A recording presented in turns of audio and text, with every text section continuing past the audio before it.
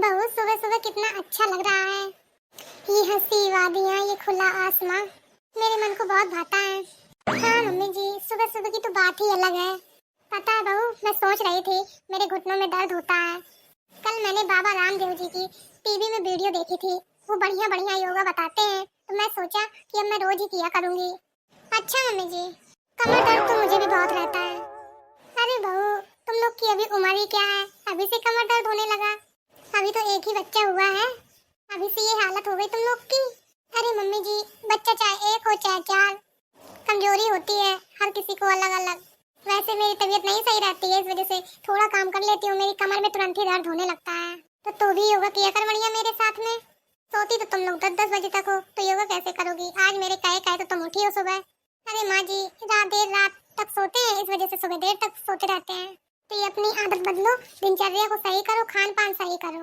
Burger या आजकल के जमाने में जाने क्या क्या चलने लगा, पिज्जा बर्गर मोमोज फिंगर। हमारे जमाने में हमने ठोस भोजन खाया है, बढ़िया दूध दही वाली चीजें खाई हैं।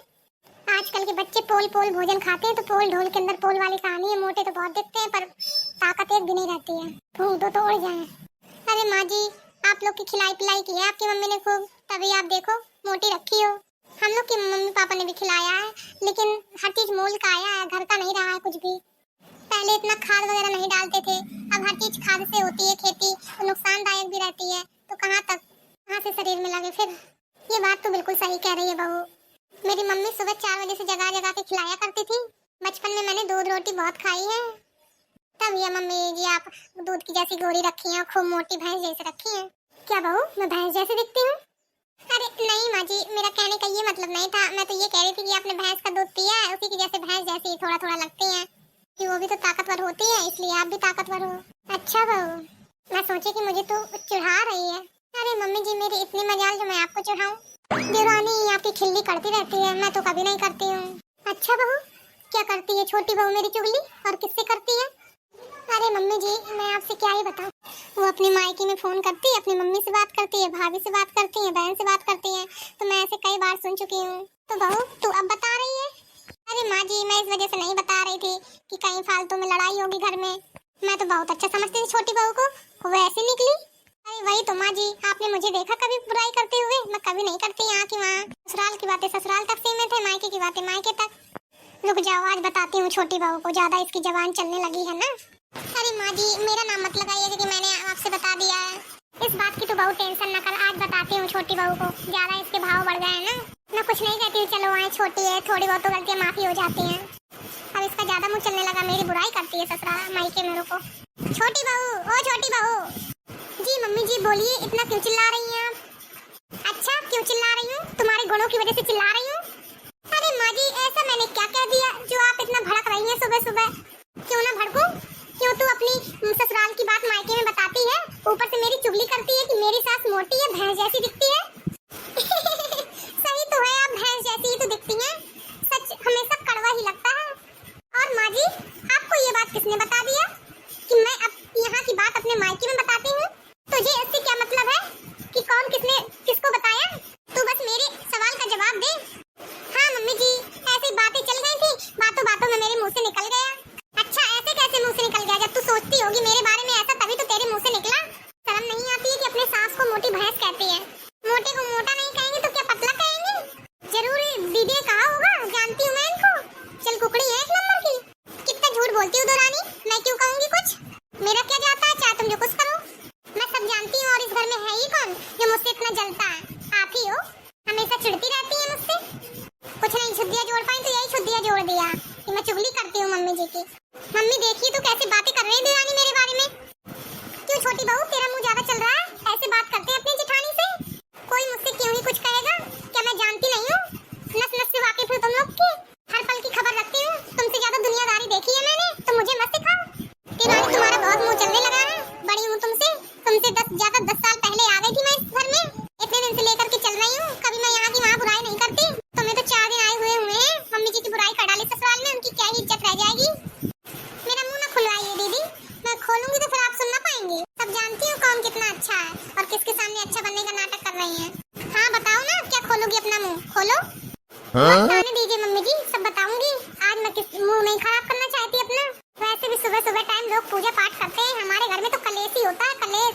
जब से मैं आई हूँ इस घर में मैंने कलेश ही देखा है, कभी हंसी खुशी के साथ नहीं रहते देखा, एक दूसरे की चुगली और बस इतने में ही रहती है। अरे चुप कर जा महारानी। ये चौधराइन कहेगा फोन करे लाख सुबह सुबह। अरे माँ जी उठाइए फोन तो पता चलेगा। हाँ हाँ मुझे मत सिखा बहू क्या करना है, मुझे पता है फोन उठाना है। हाँ चौधराइन बताओ कहे के लिए फोन की हो? अरे मलकिन मैं यकीन मारी फोन की ना, मैं सोच रही थी बहुत दिन हो गए मिले नहीं है, आ जाओ तो यही थोड़ा गाने वगैरह गा लेंगे, काफी दिन से मजाकिया गीत नहीं गाए हैं। अच्छा देखो आती हूँ थोड़ा देर में।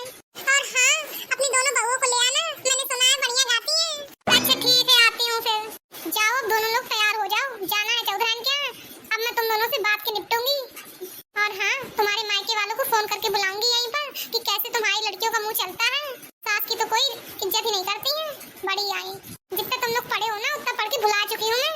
मर्जी सुन लो हमरी ओ मैया, मर्जी सुन लो हमरी ओ मैया, चाहे बल में मेरे ले आना काला, चाहे बल में मेरे ले आना काला, पर हो सरकारी नौकरी वाला, पर हो सरकारी नौकरी वाला, सैलरी वो दे दे हमें सारी ओ मैया मेरी, सैलरी दे दे वो हमें सारी ओ मैया मेरी, मर्जी सुन लो हमारी ओ मैया मेरी, मर्जी सुन लो हमारी ओ मैया मेरी, चाहे बल में मेरे ले आना गंजा मैया, चाहे बल में मेरे ले आना गंजा मैया, पर ना हो वो अपनी मम्मी का चमचा, पर ना हो वो अपनी मम्मी का चमचा, बतिया माने वो हमारी ओ मैया, बतिया माने वो हमारी ओ मैया, मर्जी सुन लो हमारी ओ मैया, मर्जी सुन लो हमारी ओ मैया, चाहे बल में मेरा ले आना नाटा, चाहे बल में मेरा ले आना नाटा, पर हो उसका बैंकों में खाता, पर हो उसका बैंकों में खाता, कराए शॉपिंग वो भारी ओ मैया, कराए शॉपिंग वो भारी ओ मैया, मर्जी सुन लो हमारी ओ मैया, मर्जी सुन लो हमारी ओ मैया, चाहे बल में मेरा ले आना पतला, चाहे बल में मेरा ले आना पतला, पर हो बैंकों में गाड़ी और बंगला, पर हो उसके बैंकों में गाड़ी और बंगला, कार में कराए सवारी ओ मेरी मैया, कार में कराए सवारी ओ मेरी मैया, मर्जी सुन लो हमारी ओ मैया, मर्जी सुन लो हमारी ओ मेरी मैया। अरे वाह भाभी आपने बढ़िया गाना गाया है, पर अब तो क्या आपकी तो शादी हो ही गई है। हाँ दीदी अब कुछ हो तो नहीं सकता, पर गाना गा के ही अपने मन को बहला लेती हूँ। हाँ आजकल की बहुओं को तो बस पति कमाने वाला चाहिए, सरकारी नौकरी वाला, चाहे वो काला हो चाहे गोरा। अरे माँ जी गोरे होने से क्या फायदा, जब वो कुछ कमाता ही नहीं है तो कैसे हम लोग का घर पेट पालेगा। सुंदर लड़कों के ज्यादा भाव रहते हैं, इसलिए काले लड़के से ही शादी करनी चाहिए। और हाँ कृष्ण जी भी तो सांवरे ही थे, भोले जी भी देखो सांवरे थे, राम जी भी सांवरे थे, देखा है आज तक किसी भगवान को गोरे? सही कह रही हो, मेरे भोले जी तो सांवले हैं, मुझे सांवले ही पसंद है, और मेरे इनको देखिए सांवले ही हैं वो। तो दोस्तों कैसा लगा आपको ये हमारा वीडियो? अगर अच्छा लगा हो तो हमारे चैनल को लाइक सब्सक्राइब शेयर जरूर करिएगा। धन्यवाद, मिलते हैं अगले वीडियो में, तब तक के लिए बाय बाय।